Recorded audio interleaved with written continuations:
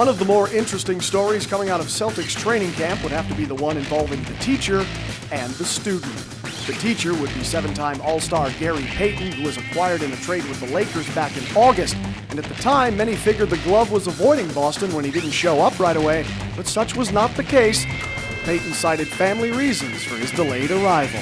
I'm taking it one a day at a time. Everything's got to, come. This is a change for me. I'm kind of a West Coast guy. It's a big change. And wouldn't you know, the student, last season's top draft pick Marcus Banks, would play a bizarre role in that Payton trade. Banks was one of the players sent to LA in exchange for GP, but Marcus wasn't in Cali for very long. You see, when Payton initially failed to report, the trade was amended, and Banks was headed back to Beantown.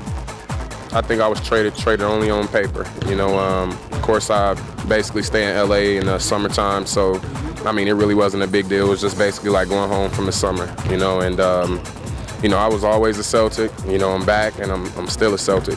And isn't it ironic that it's now Gary Payton's responsibility to teach the young Marcus Banks how to become a better point guard? And according to Payton, Marcus has all the skills in the world, but in order to be a productive floor general, you have to convince your teammates to, as the old saying goes, follow the leader. I'm working with him. He's listening. He's trying to develop himself as running a team, and he's just going to have to learn that. I think leadership is going to be one of his biggest qualities. It's nothing about his physical talents and nothing like that. He just got to learn how to, be more mature and learn how to run a basketball team. Last season was a difficult one for Marcus Banks. He heard all the negative criticism often associated with rookie point guards. They said he couldn't hit the open jumper, couldn't control his speed in an organized offense, and couldn't stay away from being turnover prone. But now that Banks has a future Hall of Famer to learn from, he can't wait for his second chance at making a first impression. It's a great opportunity. GP, he's a good guy. Basically, he's willing to teach me, everything he knows.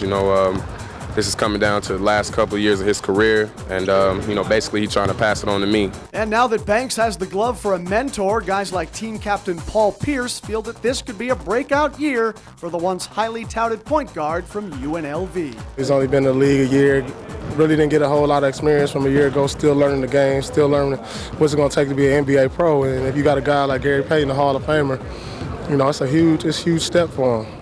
New head coach Doc Rivers is excited about this student-teacher relationship. Coach knows Gary Payton loves to talk, and so far, he feels that Marcus Banks is doing a great job of listening. Gary, at the practice, you see him, he takes him over to the side.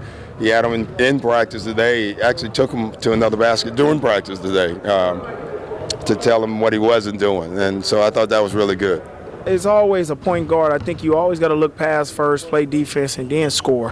Then you get into a situation where you can break a person down, get to the basket, get you some easy layups, get you some easy buckets in the paint, and then knock down a jumper every occasion. I'm like a sponge. I want to soak all that up and, learn all the little tricks and the trades to, the NBA basketball game.